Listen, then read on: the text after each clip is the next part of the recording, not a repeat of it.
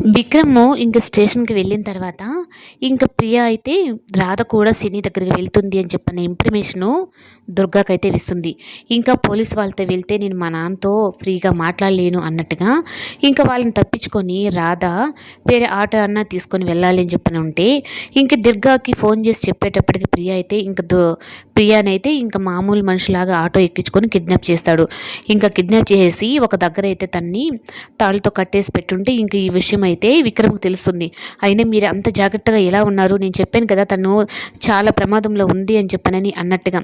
ఇంకా రాధ ఎక్కడ దిగింది అక్కడి నుంచి ట్రేస్ చేసి ఇంక మొత్తం ఎంక్వైరీ చేస్తూ ఉంటాడు. ఇంకా రాధనైతే తాళ్ళతో కట్టేసి, నీకు ఎన్నిసార్లు చెప్పినా నా ప్రేమ నీకు అర్థం కావట్లేదా?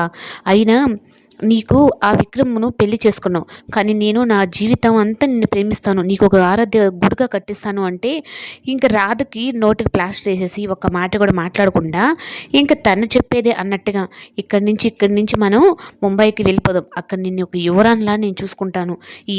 ఇవన్నీ మనకొద్దు. ఈ జాబ్‌లు ఇవన్నీ మనకొద్దు. నేను నిన్ను జాగ్రత్తగా చూసుకుంటాను రాధా. వచ్చేసేయి రాధా.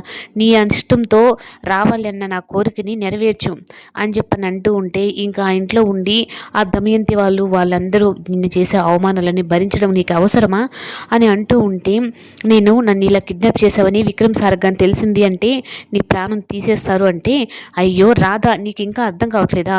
ఇద్దరు పోలీసులు ఉంటేనే నేను కిడ్నాప్ చేయగలిగిన నాకు ఇంకా విక్రమ్ నుంచి తప్పించి నేను తీసుకెళ్ళిపోవడం నాకు పెద్ద పని కాదు. కానీ నీ మనస్ఫూర్తిగా రావాలని నేను కోరుకుంటున్నా అని చెప్పి అనేటప్పటికీ, నీకు ఏ విషయం చెప్పు రాదా? ఇక్కడైనా నేను నా చేత్తో నీకు తినిపించాలి అన్నట్టుగా ఉంటూ ఉంటే, చావనైనా చస్తాను కానీ నీలాంటి వాడితో అసలు పెట్టింది అసలు నేనేం తిన్ను అని చెప్పి అన్నట్టుగా రాధ అంటుంది.